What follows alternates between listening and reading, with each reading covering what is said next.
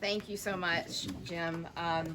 It's been a pleasure working with you and with my whole team. If Susan would stand up before Haven leaves and Justin wherever he went, I just want to say what an absolute privilege it has been to serve with the best delegation in Annapolis for the past 8 years.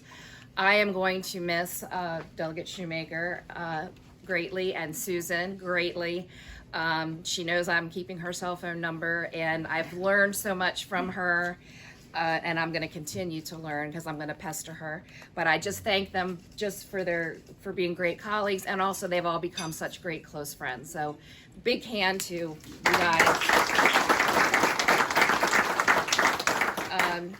So session was very difficult this year. Some people in the news were saying it was one of the best sessions. We don't agree. The continued assault on law enforcement, it just goes on, and we know that's more than likely not going to stop. Talking about the SRO bill, that bill sailed through bipartisan in our committee, and I believe on the House floor, maybe except for Gabe Acevedo, because he's crazy. And then we came right back, and then all of a sudden, law enforcement was terrible, and it's been an assault on it ever since. And it's something that we deal with constantly, and that's something that we're going to continue to have to fight. There was a lot of bad legislation. Some of the, lowlights. We've got coming down the pike paid family leave, which, the employers in here, I know would agree with me. You give the best benefits packages that you can possibly give. Was just chatting with the gentleman from Visiting Angels. Hiring right now is the tightest it's been in years. And you are going to pay what you can in order to keep your cash flow flowing. You are in business to make a profit. That is not a bad thing. But in order to keep your employees, you're going to give them the leave that they need. You're going to work with them. But a state down sort of FMLA type policy is going to do nothing but dry up jobs and cause trouble for businesses and things that they really can't afford.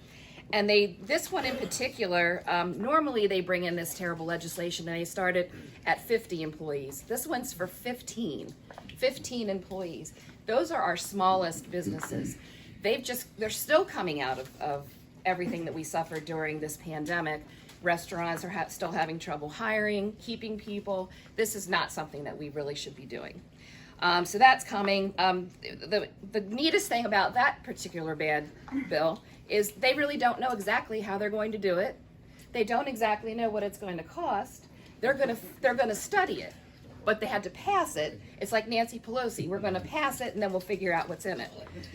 Let's see. This year, abortion was top on the list of their agenda.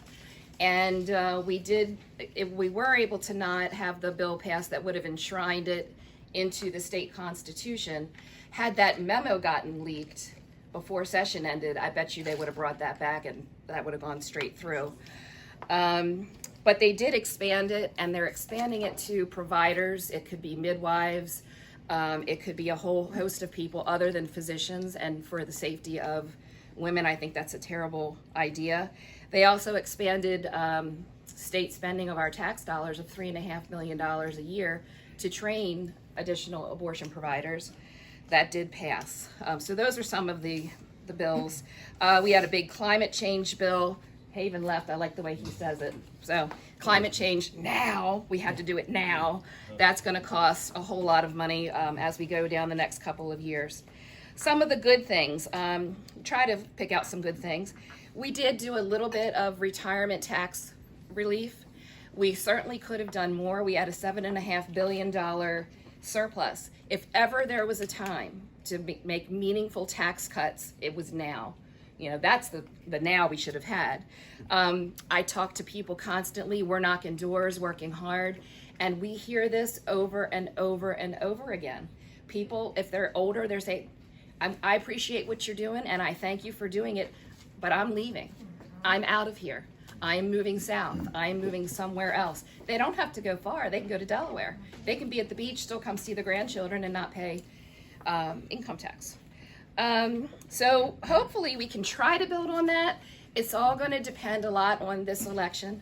We say every year, this is the most important election, or every time we run, this is the most important election. This one really is, especially in Maryland. We've had 8 years of a Republican governor. We haven't always agreed with them on everything. But I will tell you, and Susan Krebs will tell you, because she suffered under 8 years of Martin O'Malley, when you don't have the governor's office as at least part of the backstop for some of this crazy stuff, it's really good. It could get really, really bad for Maryland, way worse than what we've had for the past 8 years. In addition, I forgot who I was chatting with about doing this job. I think it was Mr. Brawning here. You know, we do get frustrated and people say, why are you going to do this again? Why do you put yourself through this? You must feel like you're beating your head against the wall, and we do. But there's a lot of stuff that happens when we're not in session fighting the Democrats. And that's where the constituent service comes in, where, you know, a person will call you with a problem and they need help navigating through all of these agencies. I don't know what to do about this problem. What agency? I can't get through to anybody. I just need some help. And that's where we come in, and we can really make meaningful help to our constituents to help solve problems. And right now, we have a great list of people. We know who all these secretaries are. We know who their staff is. We know who we can pick up the phone or send an email to that will respond to us. And if we don't have a Republican governor, that list is going to change, and it's hard to say how responsive that they will be. Hopefully they will still care about the citizens of the state, but you know, we are Carroll County and they know we're Republican out here, and I don't think they often like us very much. And that's okay, because we don't really like them either. My personal, you know, sort of to counteract that paid family leave, they keep passing all these laws. We were talking about the minimum wage as well. They keep passing these laws. We had all of this money. This we should have done, at least to counteract some of their crazy ideas, is some corporate tax relief. We should have done corporate tax relief. The gas tax, we could have done some meaningful things to the gas tax so that the automatic increases would not have continued. They refused to even extend the gas tax holiday. And I think $4.41, I think, was the gas I saw yesterday at Tevis or down there at the Rite Aid. Let's see. And then, you know, again, I'm going to wrap up because I've given this speech a couple times, and we have, because this election is so important, we have a lot of people here that are running for either re-election or running for election. So I really do want to take some time to talk about what we have to do moving forward. I'm going to be missing a great part of our delegation, and we really need good people to come down and fight against a lot of these policies. We do have a new district now, so we'll have it's Hampstead, Manchester, a slice of Finksburg, and a little piece of Westminster will be a new district. So we will have hopefully another Republican. And then we have to have 3 of us. We have 8 people running for the 3 seats. And so I know Chris Tomlinson is here somewhere. Oh. You know, he is on, he's running with Justin and I. We're hoping that you all will give him strong consideration for our team. We have some other folks here that are running, and since some are running and then running for other things, I'll try to get through the list. So we have here today, obviously, Senator Reedy, who is running with me. We have actually Senator Chris West is here, and Chris is part of that new district. I've been serving with him for a while. He's from Baltimore County. We served on HGO together for a while, and then he moved over to the Senate.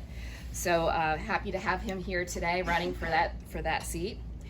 We have obviously our wonderful sheriff and Heather running for clerk of the court. Thank them all for being here.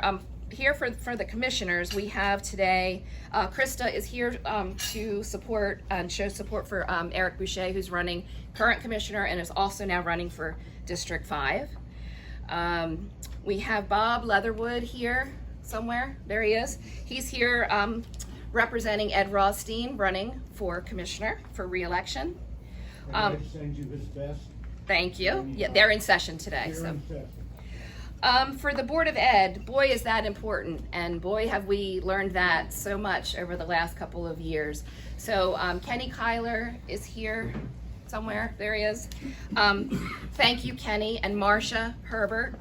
Thank them again. I thank them again for all that they put up with, all that they did to fight for our kids. They're both running for commissioner.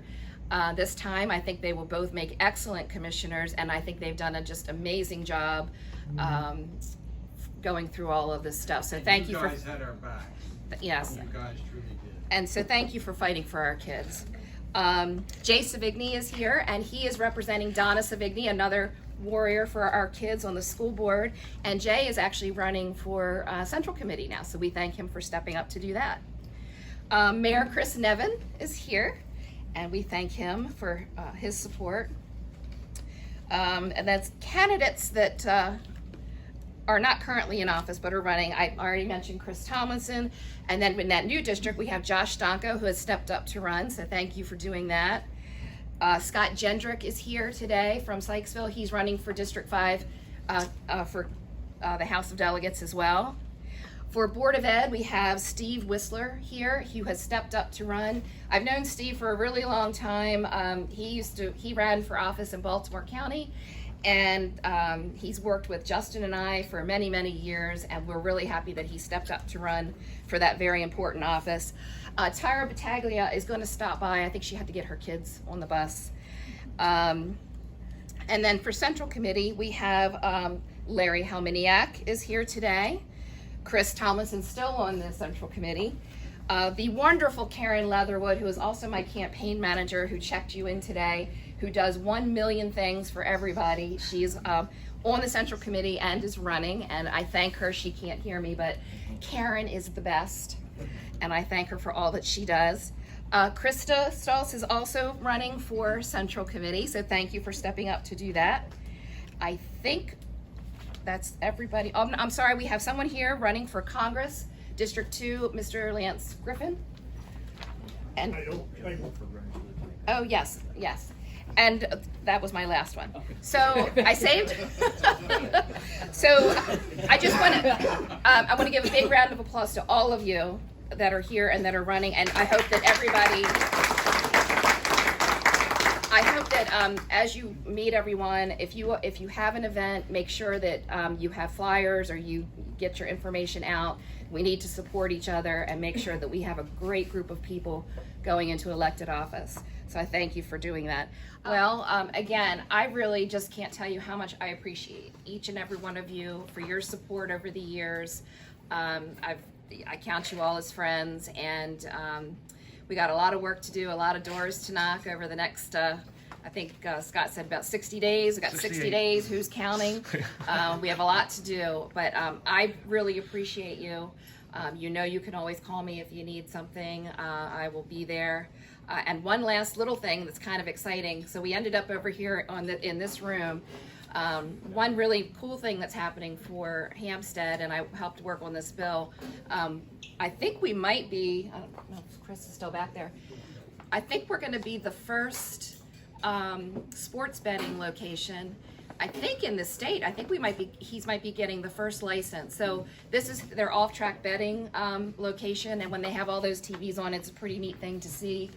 I don't know how to do any of that stuff, but I think it's really cool and exciting, and we'll be one of the few places and one of the first, if not the first, to offer it. And I think that'll be good for the business, and of course, hopefully good for some additional jobs. So you're sitting right there, right here in the spot. Please enjoy breakfast. I thank Greenmount Station. I thank Chris for all that he has done to put this on today. They have great food, and we really appreciate his support. And while this will not technically be my district anymore, I don't care about that. Carroll County is my home. I love every single bit of it, and I'll always be there to support you guys. So thank you so much for being here.